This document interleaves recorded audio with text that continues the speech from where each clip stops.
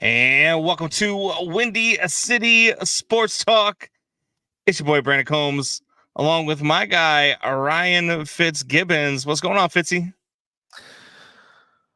I mean, nothing's happened in the last 5 or 6 days in Chicago sports. And in that highlight, I'm wearing the same shirt I'm wearing now. I assure everyone at home, I did wash it. I don't believe you for 1 second. Not for 1 second. Yeah, no, man. It's been a great. I know we were not on for our show last Monday, but if any of you guys caught the draft show on draft night, we did share it on the page. Did share it all over the place. Actually, we were with X-Spawn Sports. We were over at Dave and Buster's out in Rosemont, Illinois. Man, it was a fantastic evening. Had a bunch of people, and not to mention, I got myself a day in the studio at WGN Radio coming up on Wednesday out of it. So there you go. Yeah. So Ernie Scatton came down. Ernie Scatton came down. He was we were talking for about an hour afterwards. He texted me the next day. I was like, hey, I want to have you in the studio for a day. Come with me. All right. Absolutely. Get to work with one of the best producers in the city. I'm down. So there you go. Yeah, man, it's a good night. That's what that's great time, big place, lots of people there. We had a fun time. It was a great, hopefully a historic Bears draft. When they started chanting "Let's go Bears," at some point you got to hit. Yeah, this has got to be the time. When they were chanting "Let's go Bears," when the fans were chanting it inside of Dave and Buster's, man, while we were starting the show, I got chills because there's so many people there. Then I got a notification on my watch. Hey, you've hit 90 decibels. If you're in this environment for too long, could cause hearing damage. And I'm like, yes, this is awesome. But it was a fantastic night, fantastic show. We got a fantastic show lined up for you guys as well. We're going to talk about the Bears draft. We're going to talk about the White Sox winning streak. What winning streak? Where the hell did that come from? They doubled their win total over the weekend. They went from 3 to 6. And look, I'm not saying it's possible, but they only have to win 16 more straight to be 500. Stop that. Stop it. What, man? I was just throwing it out there. You don't think it's going to happen? No faith. No faith. So it's the milkshake, man. The milkshake effect. They came home, they got themselves a couple of milkshakes, and now all of a sudden they're winning baseball games. But we're going to talk White Sox. We're also going to talk Cubs. Their game's about to start here in about 5 minutes. We're going to talk some Cubs. I got a gripe with what happened last night, and we have a special guest today as well, Mark DiGiacomo. I hope I'm pronouncing that correctly. Mark DiGiacomo from NFL Experts is going to join us. He's a Bronco fan. I can't wait to talk to him about Bo Nix. See if he agrees with you and I about how high we are on Bo Nix. I might be a little bit higher than you. I think you are about Bo Nix, but I still think that they got a fantastic quarterback over there in Denver. But before we get to all that, guys, like always, like, share, comment, subscribe, do all that stuff. All that stuff, helps us more than you guys would ever know. I mean, we've got, we're out on Facebook right now. We're on YouTube. We're on Twitch. We're on Twitter. So anybody who gives us a like, a share, comment, all that stuff helps more than you would know. And it takes 2 seconds for you to do it. And it costs you nothing. That's the best part. Everybody likes free, right? There's nothing's free. You have to listen to us then. That's right. There's a cost. We live in America. There's a cost in that. Yeah, I'm not going to run the cost benefit analysis, but this is America. You're not supposed to tell people about the taxes. You're just supposed to spring it on them. I think you come out on top. And I'll wash your clothes. For you. Speaking of coming out on top, we got the better half of the NFL Experts joining us right now. And that's Mark DiGiacomo. What's going on, Mark? How we doing? What's up, Fitz? What's up, Brandon? I'm glad to be on the show with you guys. Yeah, man, we're happy to have you. Mark DiGiacomo, if you guys have not checked it out before, check it out now. It's called the NFL Experts. Fantastic show. They talk all things NFL. Obviously, Mark does the show with our guy, Wayne G, the guy who's always right. Always right. even though he's wrong. He's always right. When and he's wrong, he's right. Yeah, even when he's wrong, he's right. He's like having another wife. But Mark, you're a Broncos fan, correct? Yes, sir. What did you think about the Broncos draft? What did you think about Bo Nix? Okay, well, I'm really glad that they went this route because in years prior, they've taken swings, but they've never taken a huge swing. Getting Bo Nix last weekend was a big swing. They have never drafted somebody in top 15, a quarterback in the top 15. They finally did it. I think this is Sean Payton finally setting the bar. Like, this is my guy. This is who I'm going to roll with in my time in Denver. This is who I like. Like I said, the years past was Tim Tebow and Paxton Lynch. Those guys never really made a career here when all of us Bronco fans wanted somebody like that to become the new savior after Elway and Peyton Manning. We never seen any of that. And I'm just hoping that maybe Bo Nix is that guy. Yeah, John Elway being picked in the draft. A lot of people hear you say, "Oh, they never picked anybody above 15." For those that don't know, John Elway was not drafted by the Broncos. John Elway was drafted by the Baltimore Colts and then traded to the Broncos. So he was not drafted by the Denver Broncos. So first Eli Manning. Yeah, we got very lucky because at the time, Irsay, the owner of the Colts, the only person he would make a deal with was Red Miller, our owner at the time. He was the only guy that could get into his ear, and that's the reason we got John Elway. Yeah, and look, I felt from the start. I was telling people all day long that day. We had a radio show earlier in the day over at IMS, and we were talking about the draft, and we were doing a mock draft, and I had the Broncos at 12, and I picked Bo Nix at 12, and people are like, "Oh, you're crazy. He's not going in the first round. The Broncos are 10." I'm telling you, the Broncos are taking a quarterback, and nobody was listening to me.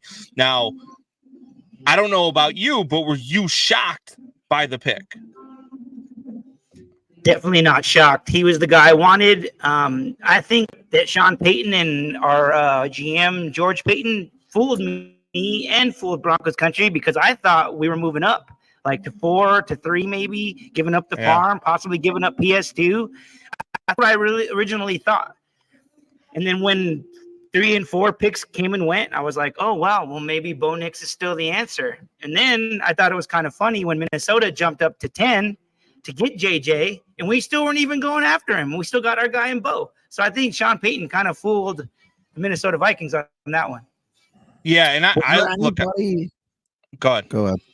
No, yeah, I was going to say, was there any other quarterback in the draft that maybe you wanted them to go for, or was it was Bo Nix all the way, or was there any other quarterback you would have liked? I would have loved to have Drake May. I think he would have been my other option besides Bo Nix. I feel like those are in my eyes, the two best prospects. Like I know you guys got Caleb and everybody's jumping over joy of him, but I still think he needs some time. I think that Bo Nix is like the most pro ready out of all these guys, and that's what the Broncos need because we have nobody. Do we have Jared Stidham and we have Ben DiNucci? I'm sorry, but those guys aren't going to be week 1 starters. Yeah, Jeremiah asked if Nix will be able to use his AARP card at the facility. That's because he's 24. Anything about his age? What's your view there? Him being 24. That doesn't bother me. That just means he's got experience. He's got experience. He's been in 2 different kind of offenses, so he's kind of been dealt with some diversity, like right off the bat. So he's going to come into Sean Payton's offense. Yeah, and he's going to get the crash course. Yep. So I feel like the one thing I want to say about Bo Nix is that I'm just glad that Sean Payton has his guy. That's all I wanted out of this draft was Sean Payton to get his guy. And if Bo Nix is that guy, I'm down for it. Yeah, I've always had a lot of respect for Sean Payton. I think a lot of Bears fans do, him being an ex-Bear and all that. He even went to my alma mater, Eastern Illinois University. So, but I've always liked him. I always think he's a great coach. He seems to always know what he wants to do. There's no uncertainty there. Really smart guy. His offenses are always ahead of the time. I thought he did pretty good, even though it didn't work out in the end. I thought he did okay with Russell Wilson for the time he was there. I mean, I remember we're part of the way through the season, and even Combs was like, and not a lot of people were looking at Russell Wilson's numbers, but Combs was like, yeah, he hasn't been doing that good. I was, look at his numbers. His TDs were definitely in the 20s. I think we had 24 TDs, maybe 8 interceptions. Like, he even did well with him, and it's not like they had a super talented offense. But they're going places. I even like their 3rd round pick as well. Yeah, no, I liked a lot of things about the Denver Broncos pick. We're showing, we got some Bo Nix highlights coming up here. I was hoping to see, and I'm looking for it right now on the YouTube. I'm looking for that throw that he made against Washington. I know that throw. I remember that throw was absolutely insane.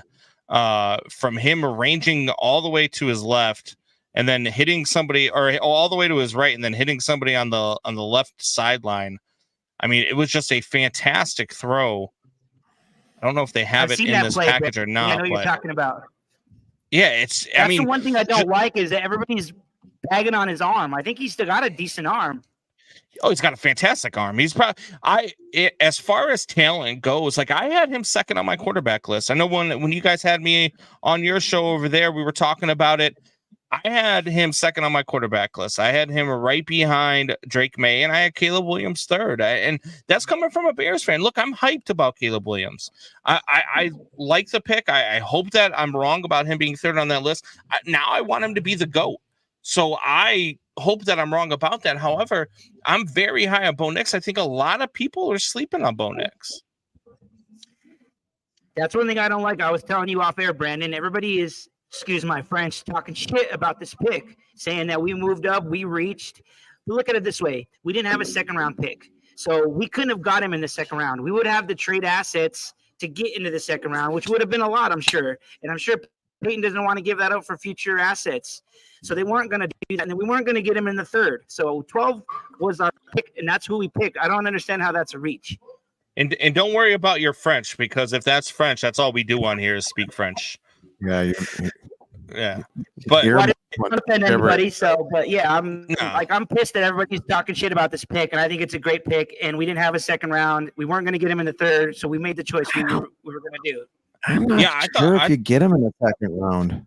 I think he'd be there in the 2nd round, because nobody else in the 1st round is picking a quarterback at that point. Maybe somebody trades back into the 1st round, but I mean, at that point, Minnesota had already taken JJ McCarthy. For whatever reason, the Atlanta Falcons, and we'll get to that in a minute. The Atlanta Falcons take Michael Penix Jr. at 8. I don't know what the hell they were thinking there, but there's really nobody else left looking for a quarterback at that point. So I think you could have taken him in the 2nd round. And so I get it, but at the same time, I like the GM who knows who his guy is. If he feels like, hey, Bo Nix is going to lead us into the future, go get him. Go get him. I don't care what pick he's at. Unless he's a punter in the 4th round, go get him. Brandon, it's like that saying, dude. You like the guy, you go and pick him, right? That's what you do. That's what, like you said, good GMs do. And obviously Peyton really liked him. And I don't know if you guys heard, like Sean Payton kind of mentioned it after the draft pick, but Bo Nix thoroughly impressed him in his offense. And from everything that I hear, Peyton's offense is very complicated, a lot of reads, a lot of changes at the line. And he was given very short amount of time to prepare for it. And they said that he crushed it. And that, for me, gives me tons of confidence that he could be able to run this offense. And like Fitz was saying, Sean Payton made Russell Wilson look good last year, even though the numbers are kind of lying to you because our record didn't really show that. So, yeah, he even made him look good. That's what gives me the confidence that he's going to do the same thing with Bo. Yeah, no, I completely agree. Outside of Denver, though, and we talked about the Michael Penix, is that your most surprising pick? Like, was that the thing in the 1st or 2nd round that surprised you the most? Was Michael Penix Jr. being there? I thought Michael Penix was a big surprise. And then another one for us I thought was a surprise was Troy Franklin. I'm really surprised that he fell to day 2 and that we jumped up to get him. And I'm not totally sure why he fell. I don't know if it's his size. I read that They say that he's not 100% loving football, and they say that his route running skills aren't great. But that just means to me that Sean Payton's going to change all that. Once he gets here in Denver, Shawnee P, as I call him, he's going to show him those routes. Yeah, not only on those two, but I was also surprised. There was a couple. Adai Mitchell, I think that's his name. Is it Adai or is it I can't remember. Adonis, something. The wide receiver from Texas. The wide receiver from Texas. Adonai Mitchell. Yeah, Adonai Mitchell. And then Jackson Powers Johnson getting to the second round. I was mind blown. I don't know how neither one of those guys got picked in the first round. And then even in the second round, there were like 3 or 4 wide receivers that went before Mitchell. Before Indianapolis picked him up like 15th in the second round. I didn't understand that, me personally. So those were the things that surprised me. I think also Buffalo trading with the Chiefs. I was just going to say that. What is Buffalo doing? Hell was that? Buffalo needs wide receiver and they trade out for half a goddamn decade. You're trying to beat a team and you trade for them and they get their wide receiver. Like what is? It made no sense whatsoever. I don't care. You could talk about what they got for draft compensation. I don't even really know because I haven't even looked into it because I was so angry at a GM that would make that trade. 4.240. Yeah, that's who they went and got Tyreek 2.0. Unbelievable. I don't understand what you knew that they Buffalo wanted a receiver. Everybody wanted a receiver. Even Buffalo's entire draft was comp. Like I didn't understand anything about their draft. Keon Coleman, the wide receiver they take in the second round, I didn't understand that over Adonai Mitchell. Then later on in the second round, they take a safety. Then a defensive tackle in the third, a running back in the fourth out of Kentucky, Ray Davis. Like I did not understand what they were doing or what they are trying to accomplish. They haven't done anything in the offseason to address losing Stephon Diggs. They've lost tons of free agents, Brandon. They've lost everybody on their team because they're capping. They were in cap hell. So and they did nothing really to fix any of these holes. Keon Coleman, I'm sorry, day 2 starter. Like when they could have had a day 1 starter, like it makes no sense to me. Especially it's like they're quietly going into rebuild mode. It's like you said, and then you let the team get worthy. Are you kidding me? Like fastest, it made no sense. Fastest wide receiver in the draft. I had him circled for the Bears if the Bears didn't get Dunze and maybe traded into the second round. Yeah, that was. I mean, look. Thank you. You know what's so funny? And Jeremiah brought this to my attention. I completely forgot about it. But thank you, Ryan Pace, again for being a part of the Atlanta Falcons organization. And completely helping to screw up a draft. Like, I don't know if the GM was like, hey, Ryan, here's the pick. Go run it up to the pole. And then as he was running it up to the pole, he put the GM's pick in his pocket and handed out his pick instead. Like, I don't know what happened there, but the pick of Michael Penix was I just didn't get it. And I know people are talking about, oh, well, he'll start in 2 years. He's an insurance policy. They're going to be going, they're going through some sort of, I forget what they called it. They're going to be in some penalty for tampering with. And so for tampering with cookie. Yeah, but I don't know. I don't get it. It didn't make any sense to me. You just paid a guy 4 years, $180 million to be your quarterback. And then what do? You don't go get him a weapon like Rome Odunze, who's still out there at 8. You go and get his replacement with the first pick. Now, if you take Michael Penix in the second round or the third round, I understand it completely. But to take him at 8 made no sense whatsoever. Penix drove to the stadium in a Toyota Corolla and Pace fell in love all over again. Trubisky did that in 17. Yeah. Unbelievable. That's funny. So, but all right, Mark. And then I heard that Kirk Cousins didn't even know about it, Brandon. He didn't even know. Yeah. He didn't know until the pick was already in. And once ESPN said the pick was in, they called Kirk Cousins and let them know what they were doing. Like it's a shit show in Atlanta right now. $100 million. So I'm not worried about Kirk Cousins. Yeah, he's getting it guaranteed, but that guy's got a great agent, that's for sure. It just doesn't make sense. Creed, come on.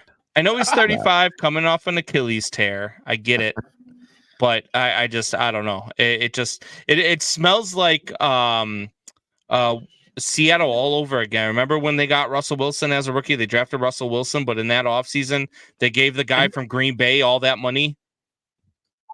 Matt Flynn. Backup, Matt Flynn. They gave him all that money, and then Russell Wilson beats him out in training camp, and all of a sudden they're paying him to go home. Like I mean, that's what it reeks of all over again. Look, Michael Penix Jr. is 25, but he's got 24, 25, somewhere in that area, and he's got 2 bad knees. He's already had 2 ACLs. And this is different. Kirk Cousins is more established than Matt Flynn. Yeah, and Kirk Cousins puts up numbers. Look, he's that guy. I don't know if he can ever win you the whole thing, but he can get you there. Michael Penix is an unknown. You have no clue what you're going to get out of him yet. And I don't think that he's ready. I don't think he's a year 1 quarterback. So Brandon, can Kirk get you there? He hasn't got anybody else there. He's won 1 playoff game. You say there, I mean Super Bowl. No, that's what I mean. I mean, he can get you to the playoffs, but he can't get you there. He can't win it for you. He can't get you to the Super Bowl. I don't know. That's a pretty good Atlanta Falcons team, though. That's built around there. Jeremiah Murray says they somehow made Cousins mad. There was a lot of G. Willikers flying around the Cousins household that night. Oh God, Jeremiah! Oh, that's a good one. What are we gonna do? Crank up the Nickelback. We'll say one thing though, guys, is I'm sure every team on the draft board was so glad that they picked Penix. They're like, oh, that player that I was looking to get, I might get him now. There was no team happier about that pick than the Chicago Bears. Because I thought for sure that if they didn't, for sure, I thought they were going defensive end. I thought they were going with the kid out of Alabama. I can't remember the name. Not Latu, Dallas Turner. I thought for sure they were either going there or they were going Roma Dunze. And I was like, man, if I they thought take it was a Dunze 100%. You just paid all this money on a new quarterback. I thought 100%. Here he come. Here it comes. I got to be honest. When they didn't pick a Dunze and you guys did, I was really impressed with Poles. Finally going offense in the first round instead of defense, like over and over the years in the past. Yes, smart. Yeah. That's a thing for you guys. That's a good move for you guys. Yes. It was a very first 15, 16 picks were offensive players. The Bears would be the only team in that top 15, 16 to pick a defensive player, but they didn't. That was huge. They kept, they didn't try to be conservative or anything like that. They went with and look during the few weeks leading up to it, I wanted a left tackle. But then when they got a Dunze, it just made sense to me. It's one of those things where maybe I was just overthinking it. It just made sense. I mean, they did get the best player on the board at that time, and it was obviously an offensive player. Mark, it got to the point that I told him if he said left tackle one more time, I was going to burn his house down. Wait, you were saying on our episode last weekend, Brandon, that you wanted a center, and you guys didn't get your center. I did want a center. I did, but I don't know what you're going to do there or edge. Look, I do know that the guy that they took in free agency from the Rams, Jeremiah, has told us too as well. This guy grades out really well, pass blocking and run blocking. Supposedly something like on 637 snaps, he's allowed only, I think it was like 13 sacks or something like that. The center from the Rams that they signed in free agency. So he's really, really good from what I've heard. I don't know why he was a 6th ranked center if he was that good, but who knows? But we'll see. I mean, it's going to be a work in progress, and supposedly next year's draft is loaded with centers like this one was loaded with tackles. Oh, all right. They always say centers and guards are can't miss positions, so that's good. Yeah, no, absolutely. So, Mark, before we let you go, why don't you tell everybody where and how to catch you guys? You can catch me and Wayne. We are the NFL experts. We are on all the social media, so check us out. We live stream every Wednesday at 7 p.m. Eastern. I have to get that straight because I am on the West Coast, sort of ish, Mountain Standard Time, which I figured out today that I'm only an hour behind you guys. So I've been waiting in the Starbucks for an hour before the show, but that's another story. Yes, catch us out on all the social media, YouTube, Facebook, Twitter, Wednesday nights, 7 p.m., NFL Experts. All right, man. Well, we appreciate you, Mark, man. Thanks for joining the show. Yeah, thank you guys. Thanks, Mark. All right, man. Have a good one. Let's do it again. All right, so that's Mark DiGiacomo, NFL Experts. I mean, he's an expert. I don't know about Wayne G, but Mark's pretty good. Here we go. There, wow, so, shots fired. Wayne G couldn't make the show, so now you're well, here's the thing though. I didn't ask Wayne G. I asked Mark. I didn't even ask Wayne. Even reach out. No, just Mark. Oh man. I had to get the better half of the show on our show, right? I kind of like this Wayne G guy now. Fuck you, Mark. This guy. So look, we had a lot of stuff to talk about. John Fitzgibbons chimes in. I want to touch on this. He said, at least my brother is on this show. And I think he's referring to the draft show where you were on for, I believe it was 40 minutes into the show. And then you went on for 40 minutes. And then you came off, and then we both went on. We did our show for 40 minutes. Yes, so you were on there. It's not our fault that his Wi-Fi only works in increments, and it timed out, so he wasn't able to see you. Apparently, I think that might have been his. Yeah, that was his only window to watch. He has like a 3-second window.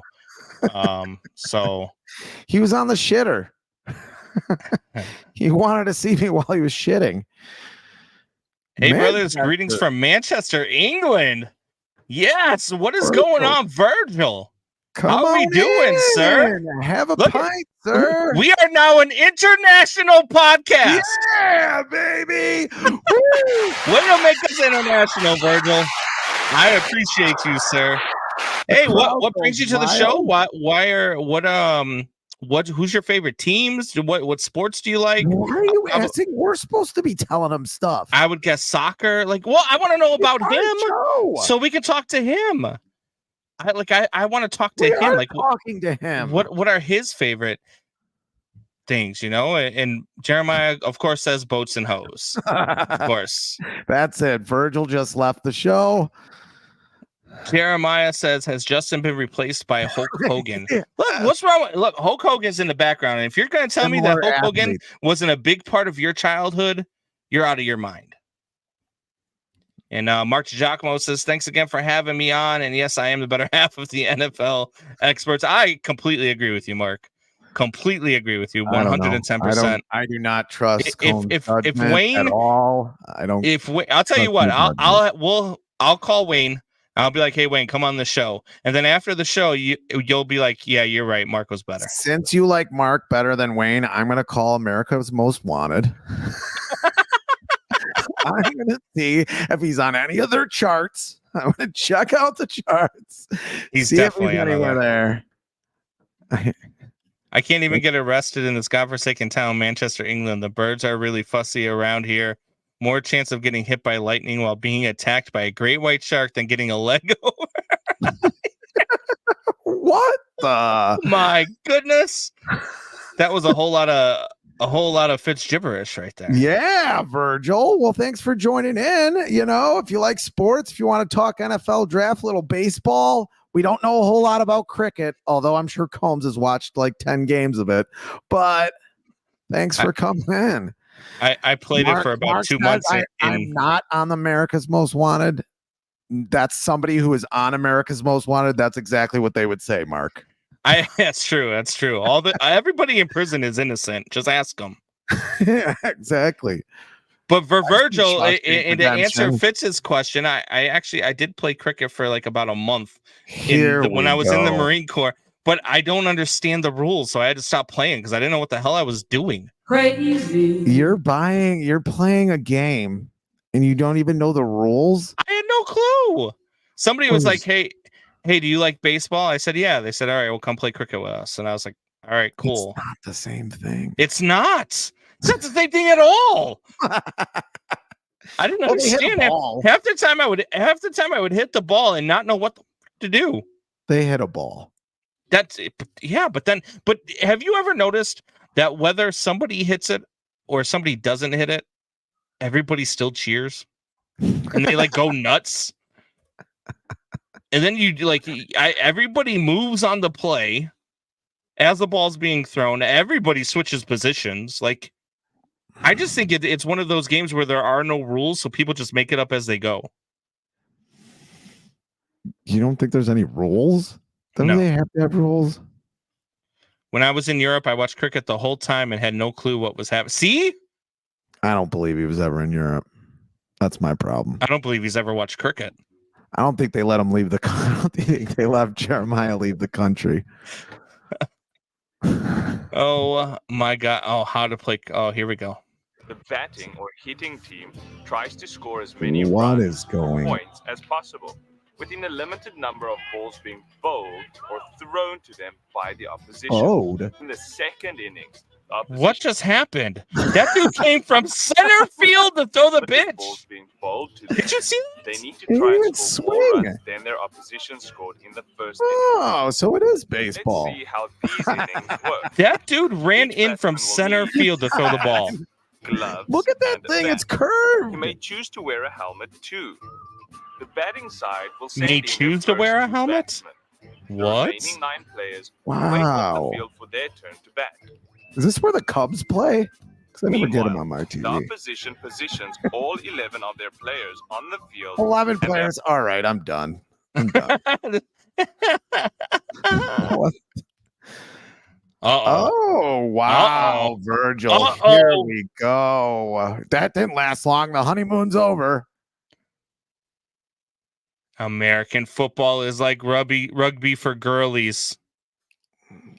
Well, I Then am the how person- come you guys beg the NFL to come out there for 2 games a year? I'm sick of sending our guys over there where I have to wake up at 3 a.m. Exactly. to watch a football game, Virgil.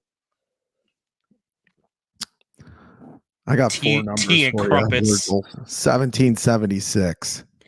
Doubting Thomas says This Doubting Thomas says, who would have predicted the Bears taking Caleb Williams #1?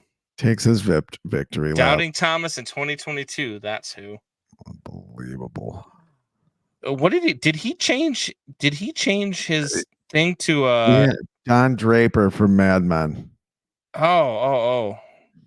A womanizer drunk. That's thought what he it- wants to be.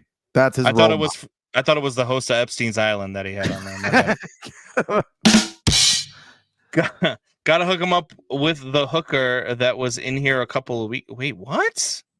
What hooker? There was a hooker here? There was Are a you doing hooker? show without Oh, me? no.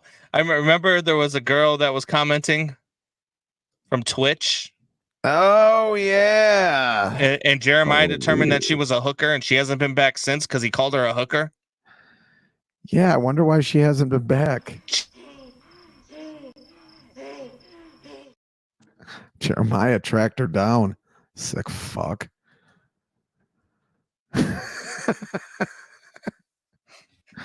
Well, all right, let's get to the Bears side of the draft. All right, we had Mark on here. We touched on a lot of other stuff. I don't know. I'll find out on Thursday if I tore the rotator cuff, but it is barking, man.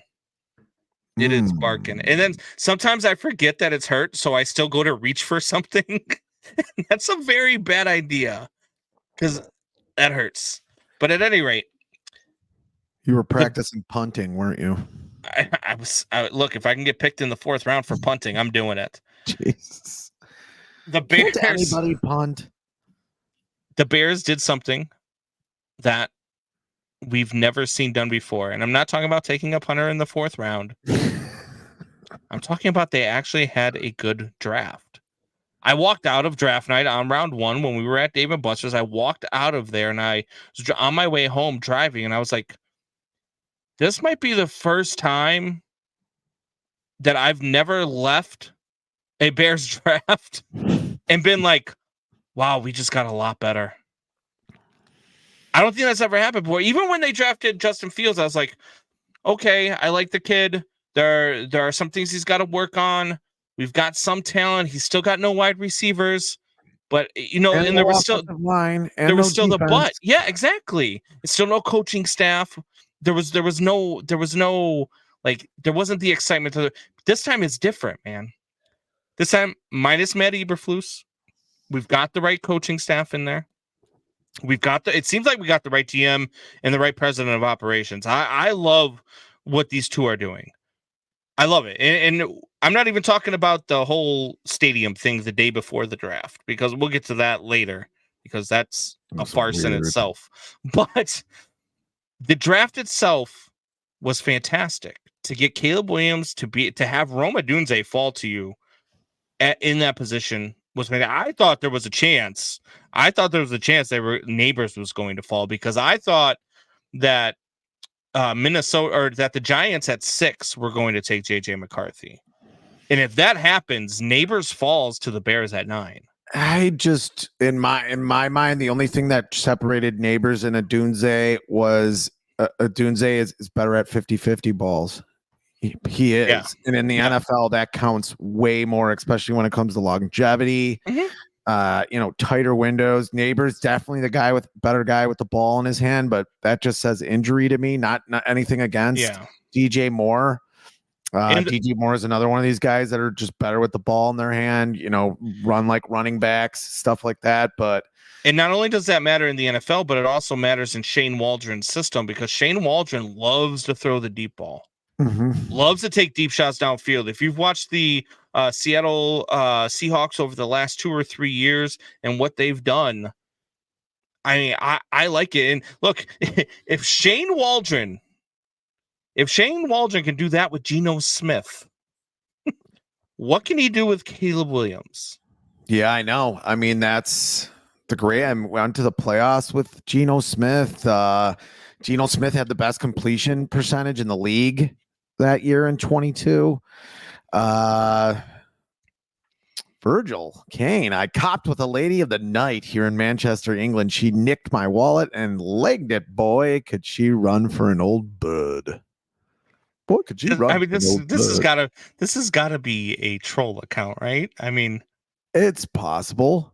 I mean, I want to run with it. If not, that's a fantastic story. If it's a troll account, the troll is Paul McCartney, right? I mean, and if it's not a troll account, this is a fantastic story. I say yes. And how old was the bird? Say no. Like, and why were you paying for a lady of the night that was that old? Is my question. I mean, just wondering. Yeah. His third wide receiver typically doesn't get a ton of action, but if Rome is okay with that, that's not true. Be ready when Keenan's gone. He had 3 players last year with over 65 receptions, and one of them was a rookie, and that was the rookie over there. I can't. Oh God, why is his name going to escape me now? But they had 3 receivers with over 65 catches last year. So that's not true at all, Jeremiah. Virgil Kane says you can easily find me, so it's not a troll account. All right, I believe you. I believed you the whole time, Virgil. I even tried to learn cricket. Just tell me how old the bird is. That's what I want to know. Speaking of old birds, nice. Shanna must have just got off work. Shanna, what did you think about the draft? She didn't watch the draft. She was high as fuck. And Jigba got used late, but not too much early. No, she was in the draft because I remember talking about her and Jeremiah and Doubting Thomas were all in the chat when I looked at it because we brought up their comments. I think you could deal the ball around a lot. I think there's going to be different plays for these. I think you have really kind of 3 different receivers. I mean, I just said about DJ Moore. Odunze actually can play in the slot a lot, which is weird for his size, but he can. He played a lot in the slot in college. You know who else can play in the slot is Keenan Allen. Yeah. And DJ Moore can. He's like the prototype for it. So these guys can move around. You have to go to the end zone, corner of the end zone. Maybe use a Dunze there. Maybe, like you said, maybe these pitch and catches. One guy is going to be in single coverage. You can't double all these guys. I mean, you may be in some of these weird schemes be able to double 2 of these guys, but you can't double all 3. You just go with the guy that's on single coverage. I mean, they're going to be a lot of these 3 are going to be able to beat their guy. And here's the thing for talking about, like Jeremiah talks about Jackson Smith got used a lot late, but He had 79 catches for Tyler Lockett, 66 catches for DK Metcalf, 63 for Jackson Smith and Jigba, 32 for Noah Fant, the tight end, 29 for Kenneth Walker, the running back, 25 for the backup tight end, Colby Parkinson, 33 catches for Zach Charbonnet, the running back. I mean, to me, it sounds like they're throwing around the ball a lot. They're going to throw the ball a lot more this year. That's why they brought Shane Waldron in. They want to go downfield a lot more. It seemed like Flus did not like that they didn't. She was 70. Why didn't you catch up to her? Why didn't you catch up to her? How much did it all the cricket you played, Virgil? Did she cut your kidney out first? That's why you couldn't catch her? Like, what's going on? She's 70. You know what, Virgil? He seems like a guy that might have a peg leg. I mean, look, if I don't even care if my pants were down, I'm running after her with my thing wagging back. Well, I'm Irish. My thing doesn't wag back and forth. It just stays in place. But still, what are you doing? How are you picking up women? Why are you with Michelle? Totally out kicking your coverage over there, buddy. I never said I wasn't. Shanna says, I think the Bears did awesome with the draft. Hopefully they actually train these players correctly and to their fullest. She was high. She was high during the I think so. 70 Doubting Thomas, 70 in England. I'm guessing no teeth. That's 35 in England. Yeah. Wow. Oh my. Well, Virgil, thanks for staying on. Anyway, I mean, I got my left tackle. Let's go. Oh, hell no. You apologize. She stole my. Oh my. This story gets better and better. Cheers to you, sir. That is a fantastic comeback. She stole my wheelchair. That is amazing. But no, yeah, you got your left tackle, and not only did you get your left tackle, but did you hear the story behind him? Yeah.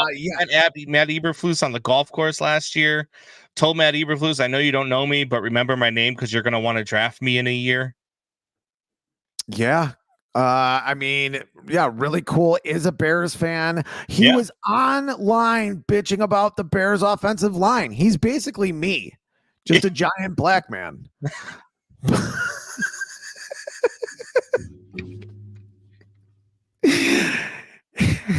Karan Amagaji. I think I got it right. Amagaji. Yeah, I think it's Amagaji. Yeah. Seems like a great kid. Seems to have all the talent. The only thing is play, which could be a good thing or bad thing. He's obviously smart, played for Yale, right? Mm-hmm. But they had a run heavy offense, 60% run, 40% pass, basically kind of in a high school offense. Sounds like a lot of run pass option. And I mean, I don't know if Shane Waldron does this a lot, but they're going to do run pass option. The Bears, I think that goes without saying. They're going to do 3 or 4 run pass options at least a game. I would think. I could be wrong, but with DeAndre Swift and Caleb Williams, it makes sense. And maybe he starts over Braxton Jones. I don't think so. But at least you have a swing tackle now who's better than Larry Borum. Yeah. I like the pick. Thoughts, guys. I liked the pick. I liked the I actually liked their entire draft. I was a little questioned about the punter in the 4th round, the Australian punter in the 4th round, instead of taking it. And at the time I was like, I told you Austin Booker is going to be the pick here. And they pass on Austin Booker. They take the punter out of Iowa. I believe, what's his name? Torrey Taylor.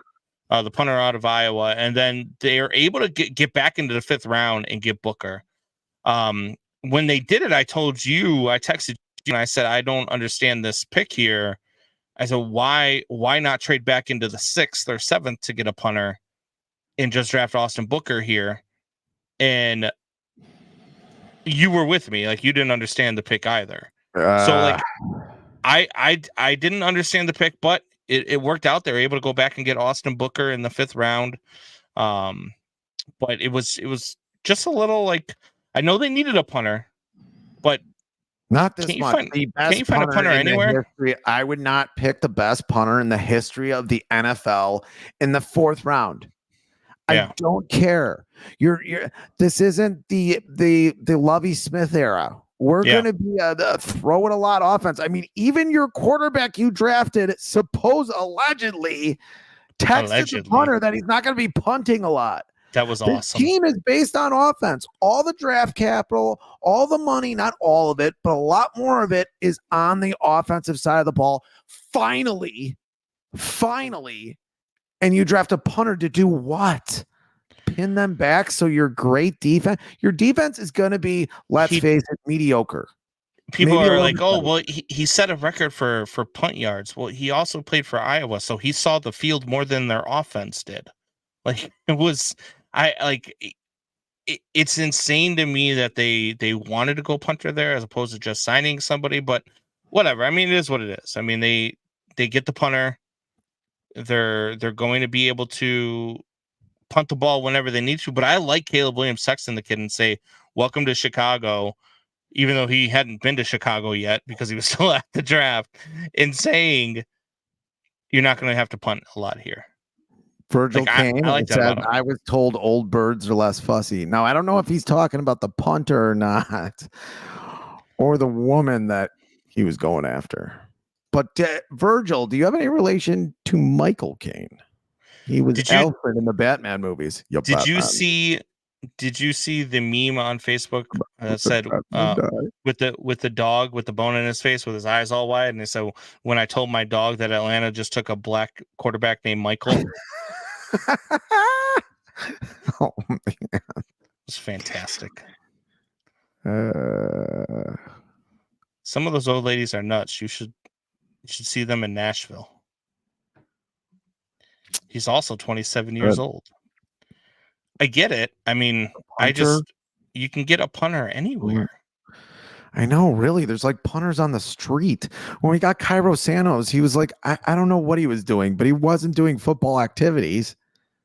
Right. I mean, there was Robbie Gold. He was like doing construction or something like that. He's like, I still have my construction boots or whatever, which is kind of dumb. But anyway, he should have kicked with the construction boots. When was the last time the Bears took a kicker in the draft? At all? I thought they took a kicker a couple years ago. I thought that was that Gill weirdo who wasn't good. I thought they drafted him too. He was a punter. I'm looking it up right now.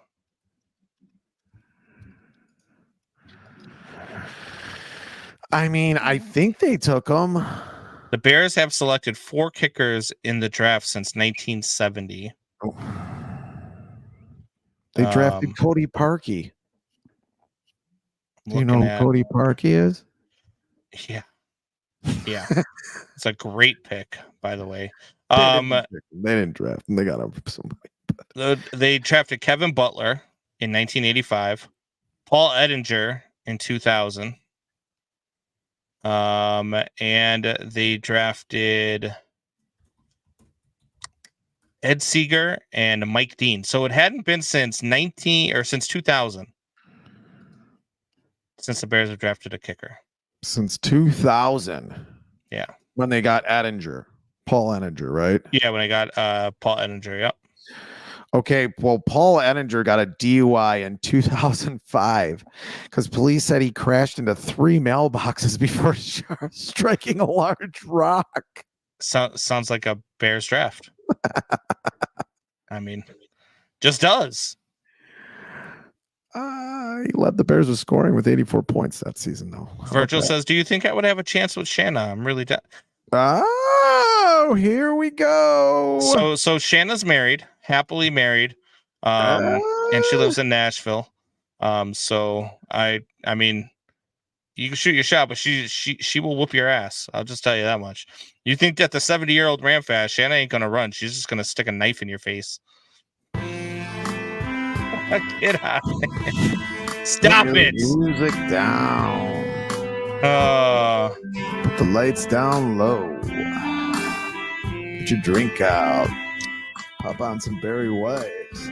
The last one was the double doink. Would you stop with the music? Last one was a double doink. That should be the new intro for Fitz Gibberish, by the way.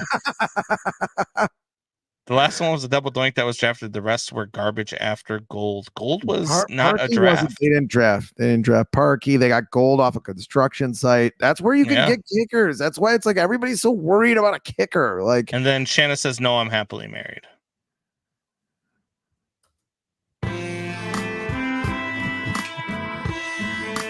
Okay.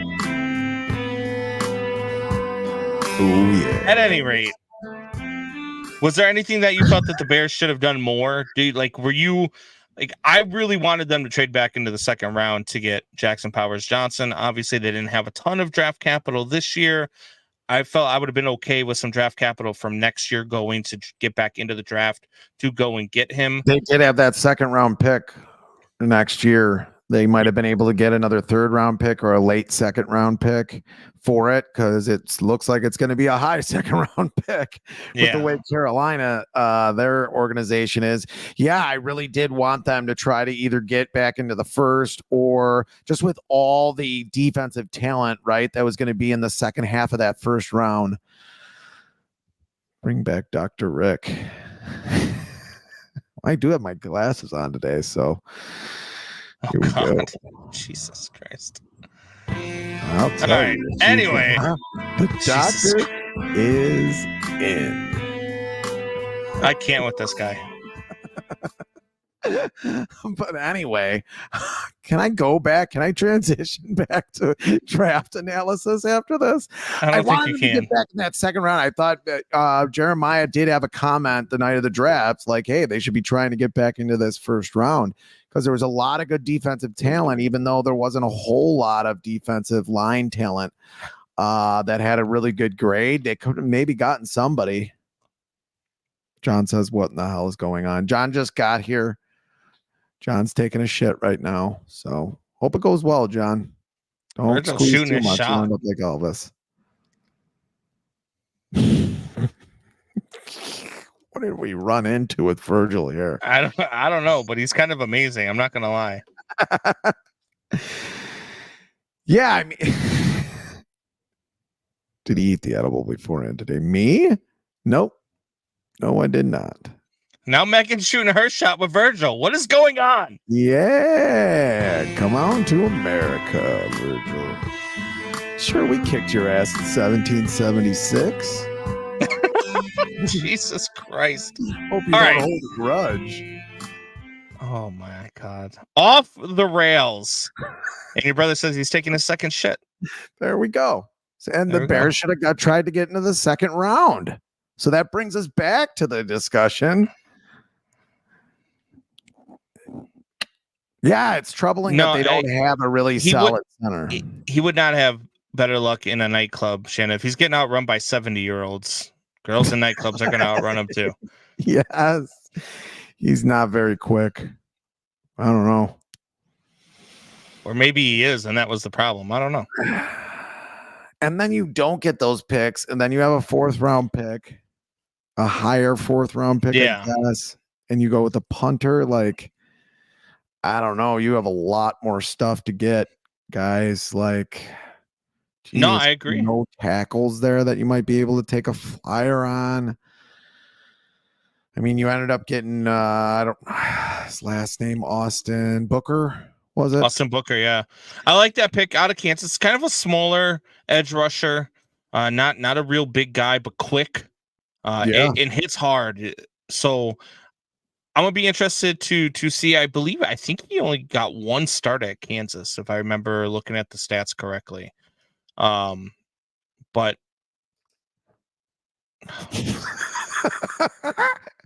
I can't. Not nightclubs in Manchester, England, sweet cheeks.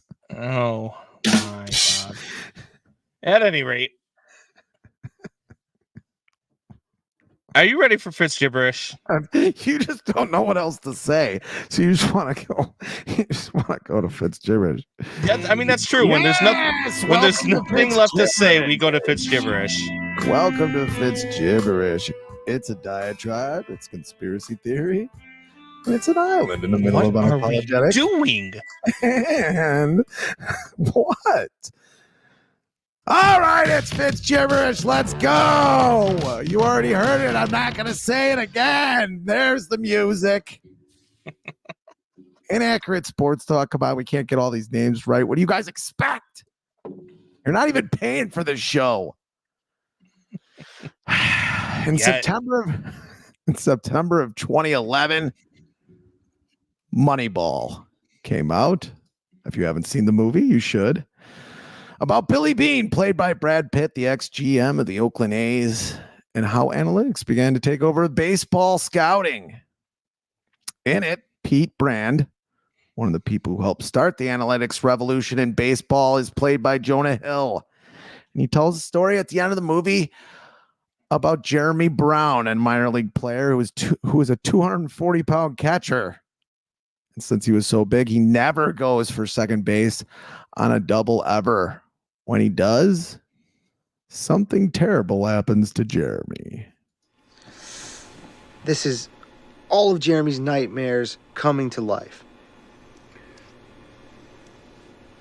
Oh, they're laughing at him.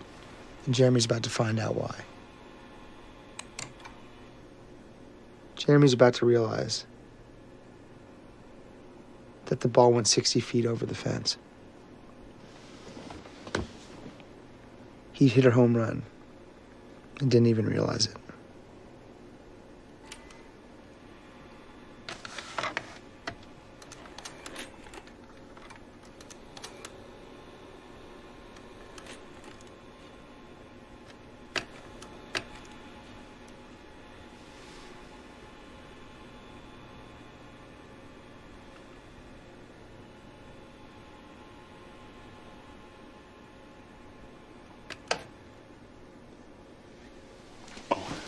How can you not be romantic about baseball? Yes. Why did that guy look like me rounding the bases? This past Saturday, April 27th, was my father's 75th birthday. Special thanks to the Knights of Columbus, who let us have it at their hall and get drunk and scream and all that stuff on the south side. There were many laughs, but none as hard or hurt as much as the jokes about the current White Sox season.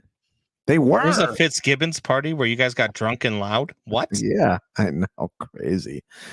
They, the White Sox, were the worst team in the league and on a historic run to possibly be the worst team ever. Wish I had an echo effect there. They were playing the Tampa Bay Rays, who have hovered around 500, but are expected to do better than that this year with a bevy of young talent. More from just plain old habit, and that there was nothing else on than by choice, we turned the Sox game on Saturday, and they were having a typical game for the worst team in baseball. After tying the game at 3 in the fourth, Jonathan Cannon, who's no longer with the team, he's in the minor leagues, was just optioned yesterday, would give up the lead again in the fifth to Austin Shenton. Shenton? Yeah, you should know who that is because it was his first home run of the season, but obviously he had it against the Sox. The Sox went up 6-4 though in the bottom half of the fifth, only to see Tampa Bay tie it up and take the lead into the bottom of the 10th. For this White Sox team, it was hard not to believe it was over. My cousin Donald, who is a lifelong fan of the team, was happy to take the winnings from the bet against the White Sox. And then this happened. So Andrew Benintendi at the plate with Braden Shoemake on deck. Benintendi! Get out! Let's go! The White Sox walk it off in the 10th. And for the first time all season, the Sox have won 2 in a row.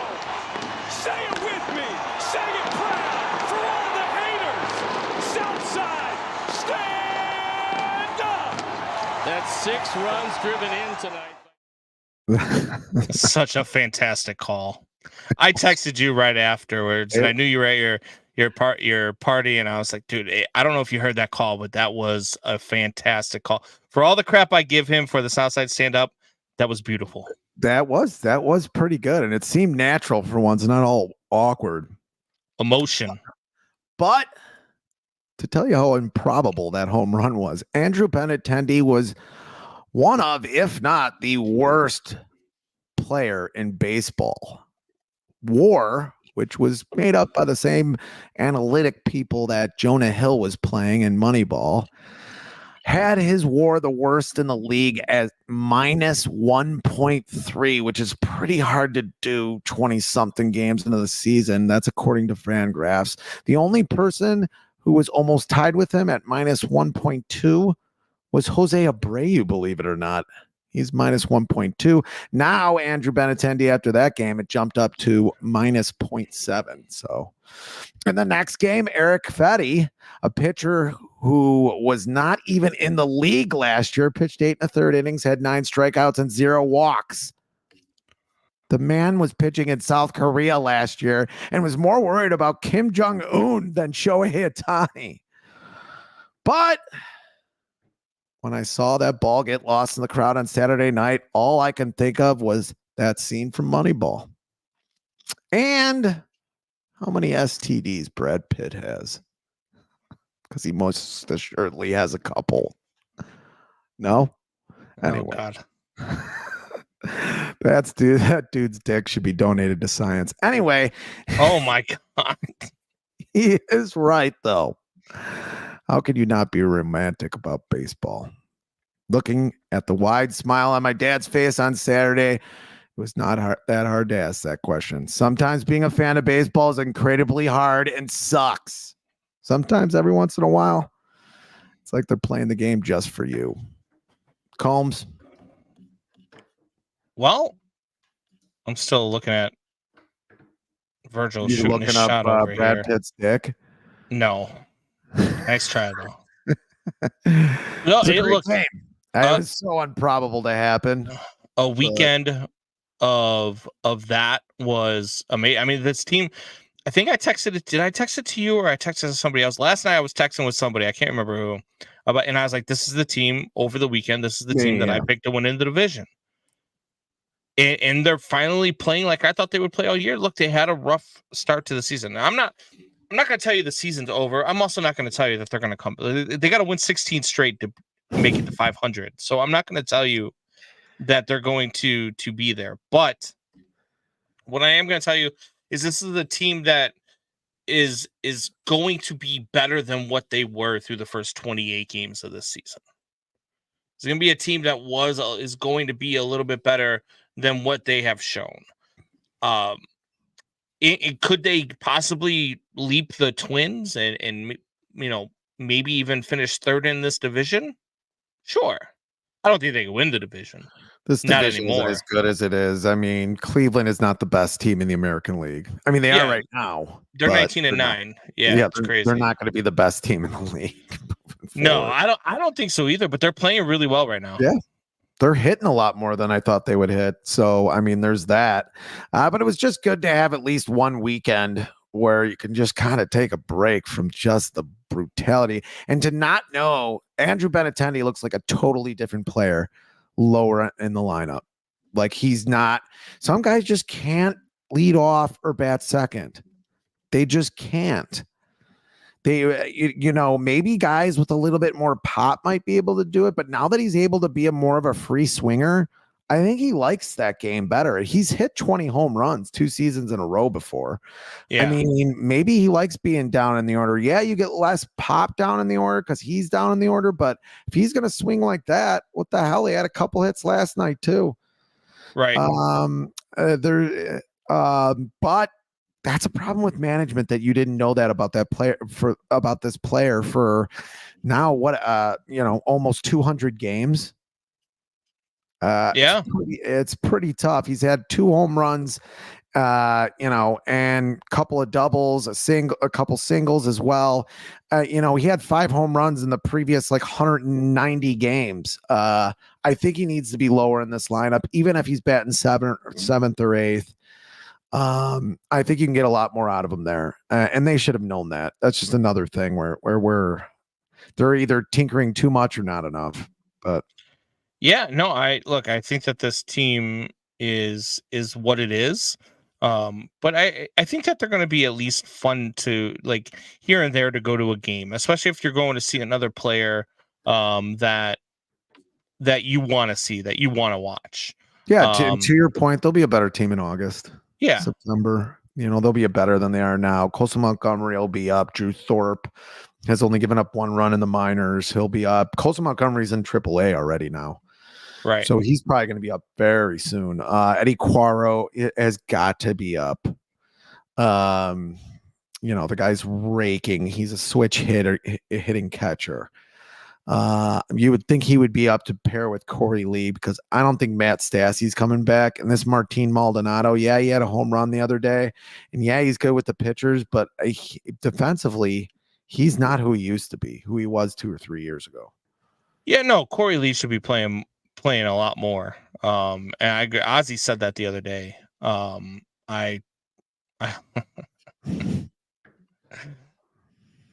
are we going to do when they fire the dead body of Pedro and Jerry puts TLR back in the dugout? You'll be replacing a dead man with an undead, with a creature of the undead.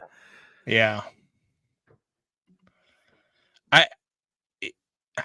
God, could you imagine if they fire him and TLR is in the dugout?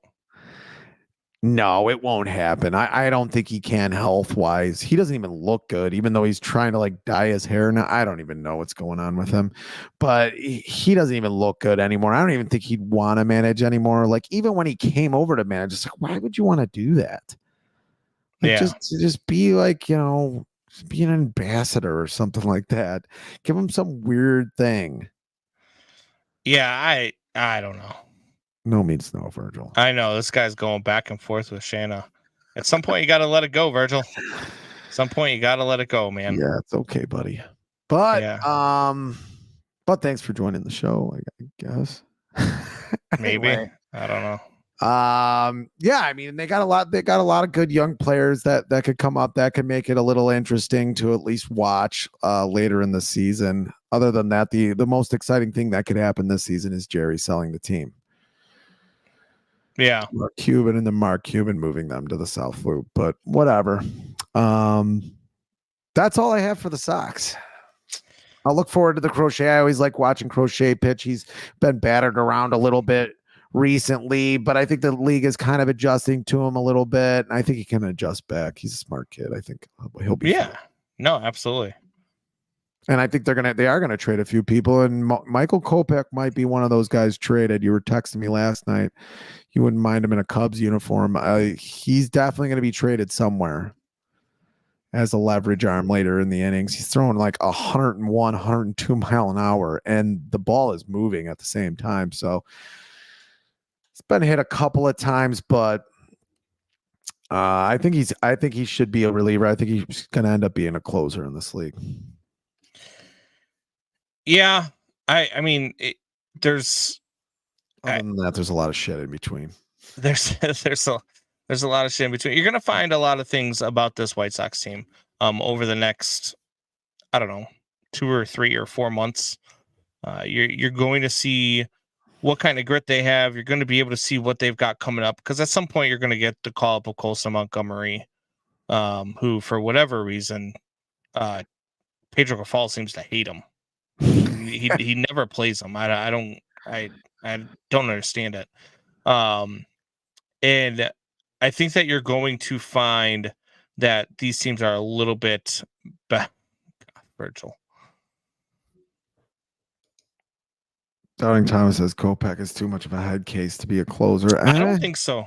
I think he's got the stuff to be a closer. The reason why is because a traditional closer, he looks for the strikeout. He tries to blow things by. He tries to strike you out. That's where the Cubs get in trouble with Adbert Alzolay, right? Because Adbert Alzolay pitches to a lot of contact. Mm-hmm. He's still got that trying to get quick outs mentality. He's still a starter. Somebody needs to remind him that he's a failed starter. And I think Kopech knows that, and he just goes out there and drains the tank. He's just I'm going to give you. he can be a little bulldog out there. Like he'll go out there and drain the tank, and leave, what happens. Leave it on the field. I think he just has too many things to think about when he's a starter. And yeah, it does become a head case then. When he's out of the pen, he's just like, I'm just going to fucking. One time he just came out there and threw 20 fastballs and ended the game. It's like, what the hell is going on? But but I do want to talk Cubs. Watched a lot of Cubs this weekend. I'm probably watching more Cubs than Sox, to tell you the truth, just because they're more interesting. Their depth is already being tested as well. They've had a couple of guys hurt here, Bellinger, Suzuki. You still got Steele out. Mm-hmm. I don't know if he started a minor league. I would think he might need a minor league start before he comes back with a month off here. So you'd think maybe second week of May he'll be back. Yeah, well, they're talking about he's going to be coming back. Like he's going to come back a little bit earlier, so they're thinking probably 2 rehab starts, probably down in the minors. I would say. I mean, maybe 1, and then maybe throw a bullpen at Wrigley. So probably maybe first week of May. First week of May starts Wednesday, right? Yep. So, maybe I guess somewhere in that spot. But here's the thing: is that you don't have to rush them back because the pitching staff is still pitching great. I know you're dealing with a lot of injuries, but the guys that are filling in, spot starting, doing all that stuff, they're doing great. Ben Brown's been good. I mean, he got a few lumps, but that's going to happen with young pitchers. But he's been good. Kyle Hendricks. He's been a big blemish, and I don't know if they knew what to do with him, but now he has a back strain.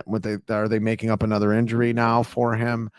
Yeah, but I mean, I still think you weather this, and you're still 4, 5, 6, 7 games above 500.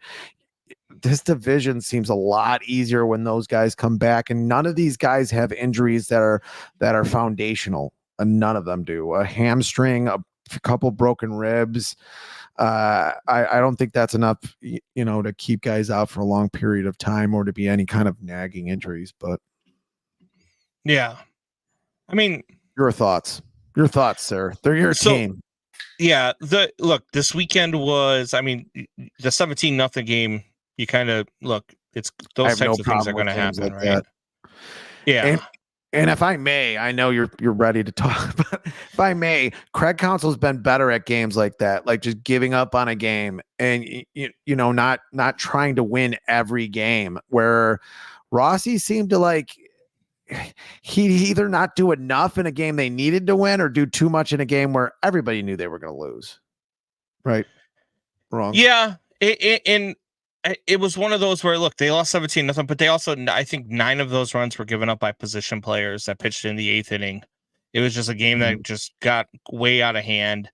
And so you're going to have those things happen in the course of a season anyway. I mean, even the best teams lose like that during a regular season. So you're going to have those types of things. The problem that I had was last night, and it wasn't, they come back from a 4-0 deficit, tied in the 8th off a 3-run home run by Talkman. It was a huge home run. You got all the momentum. He done something. And then Mark Leiter, years old. Yeah. And then with 1 out, Mark Leiter has runners on first and third. And he gets a lazy pop-up from Tyler O'Neill. And for inexplicably, I need this explained to me by Craig Counsell, and we didn't get an answer last night because the game wasn't on marquee, so I didn't even see a post-game press conference. Plus, it's a late getaway day, so I don't know that they did a press conference after the game. I don't think they did. You have to explain to me why Ian Happ is playing deep in that situation. The winning run is on third base. Why is your whole outfield not playing halfway? Because if you catch this, anyway. Especially with the speed of the I can't remember his name. The guy they had on third is like one of the fastest players in all of Major League Baseball, Duran.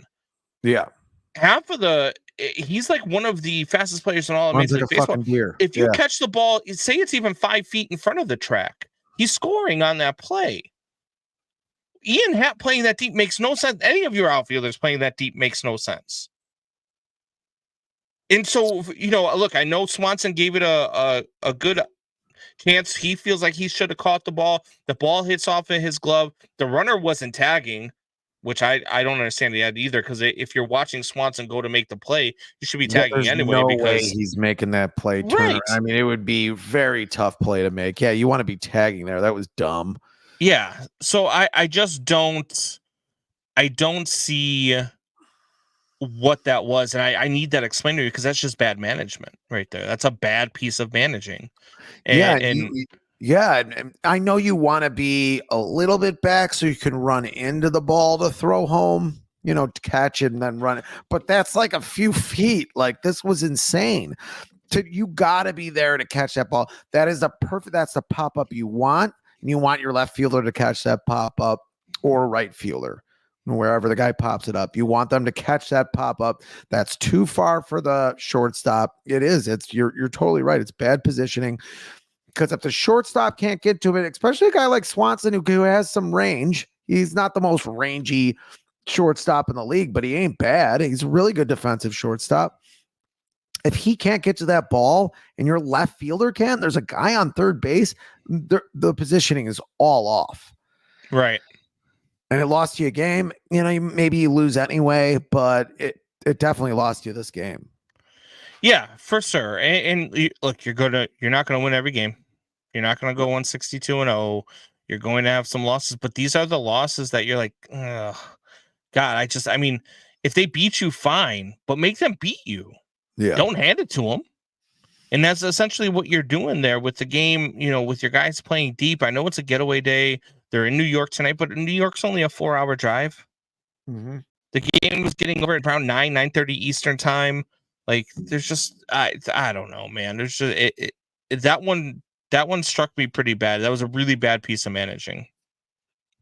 Yeah, I thought so too. I mean, and then the player has to have some accountability too. Like, what are you doing that far away? Don't you know to me, hey, maybe cheat in a little bit, even if he's pushing you back, maybe cheat in a little bit. And that Boston team is actually going to be a pretty good team. So it's not like, I'm not going to tear into them for losing a series in Boston. That Boston team, it might start turning the corner soon. They got a lot of good players. They got a good offense. They got a couple good young pitchers. What was his name? Hack. He's pretty good yesterday. Playing, but the Cubs are in a great position right now. 17-11, half a game out of first. If they could stay right around there, I think they're going to be okay. Dansby has had a rough go of it defensively. That was a hard play, though. Yeah, I'm not going to get, look, he's running backwards. He's trying to do the over-the-shoulder Willie Mays style catch while sliding. I don't blame him for that at all. He shouldn't have had to catch that ball. Hap should have called him off 30 steps before he gets there. Yeah, and you don't want him catching that, because like we said before, even if a medium speed guy, a fucking catcher could probably get home after that slide. How is he going to get up and throw it home? There's a slight chance, especially since their runner wasn't tagging and he's sliding, that with Hap running in, you could always toss the ball up to Hap and have Hap throw the ball home. But it's just too much to go right there for you. It's just bad managing, bad positioning by, like, you're right. Why didn't Hap push forward? Hap should know better. Why am I playing deep in this situation? It makes no sense. If they hit it here and I catch it, great, but there's only one out. If there's 2 outs, I get it completely. 2 outs, I get it, because you're playing them straight up. But with 1 out, there's no sense in you playing. That's a winning run on third base. And he's the fastest guy in baseball. You're not throwing him out from the wall. I don't care how shallow that wall is in left field in Boston. You're not throwing him out, especially not with Hap's arm. I think they need another bullpen arm or 2 by the trade deadline. Yeah, I think they'll go and get that. I think that they definitely need that. You need a closer. You need a bona fide closer. Mm-hmm. You don't have that right now. You got a lot of guys who are pitching well. Keegan Thompson's pitching lights out of the bullpen.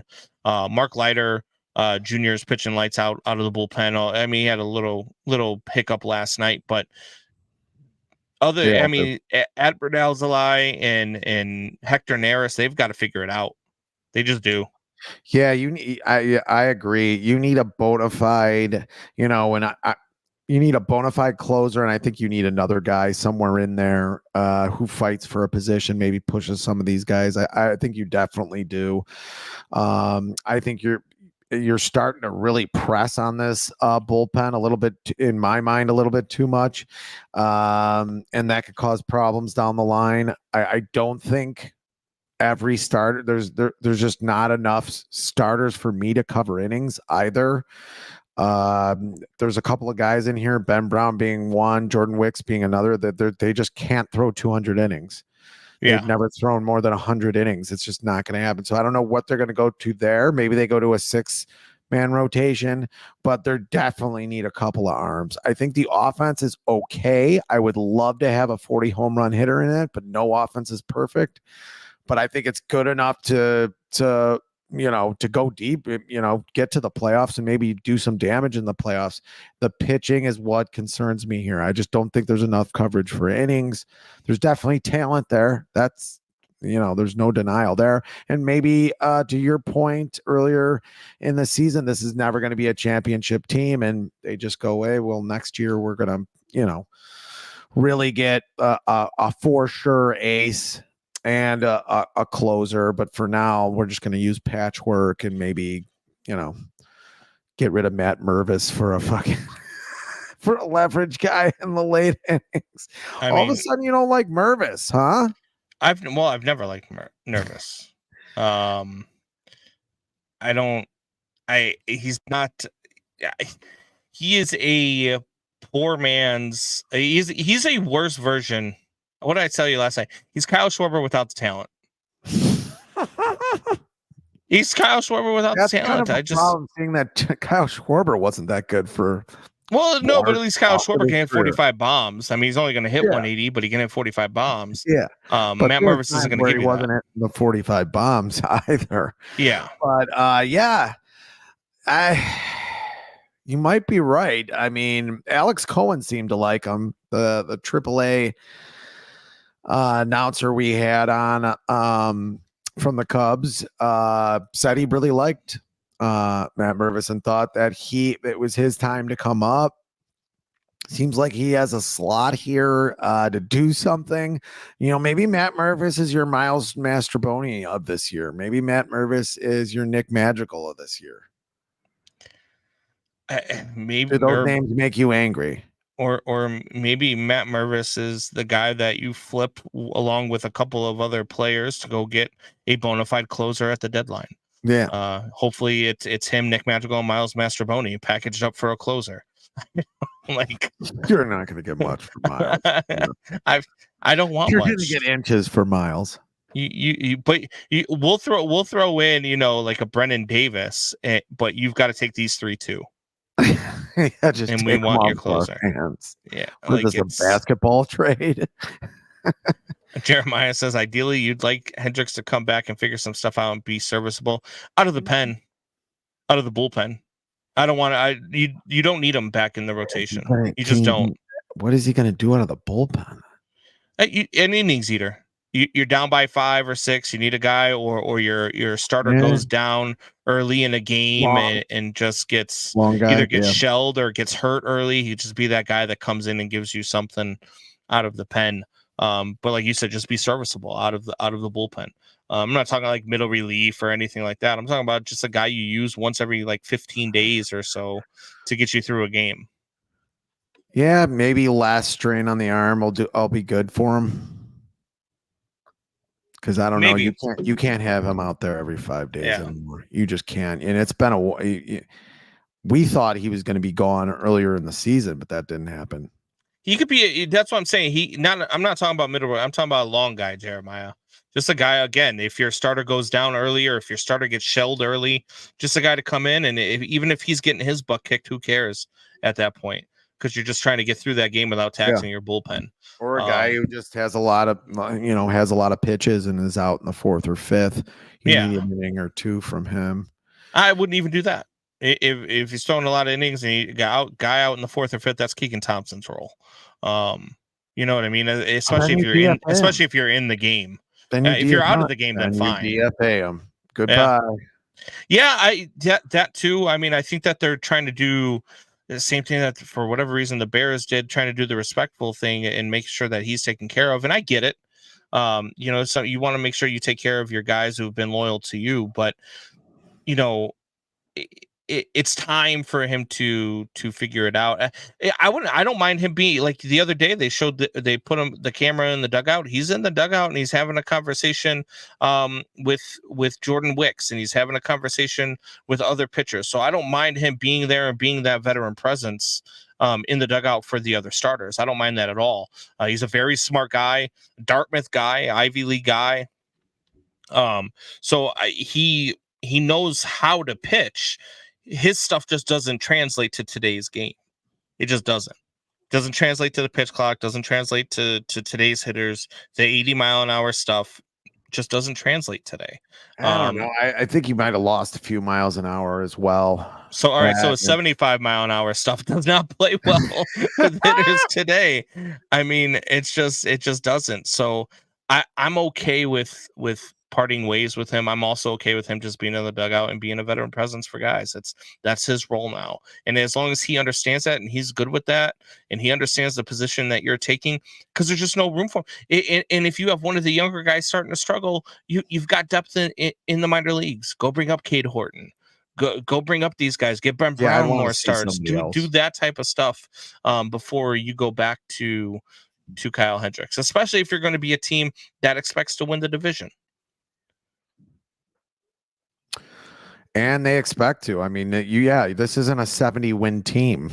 The old Shingo Frisbee out there. Shingo Takatsu. Hit the gong. No, yeah. Don't hit the gong. Please don't. Please don't. But anyway, yeah, we'll see. We'll see for the Cubs. They're down 1-0 right now in the 7th inning. Jamison Taillon, great start. He's pitching right now in the 7th inning, so he's already through 6 1/3. But down again 1-0 against the Mets. Their starter having a great night tonight too. So we'll see. I know last time I looked at the scores, glanced at them here on ESPN. Let me refresh it here. The White Sox were tied 2-2. They are still tied 2-2. Bottom of the 3rd against the Twins.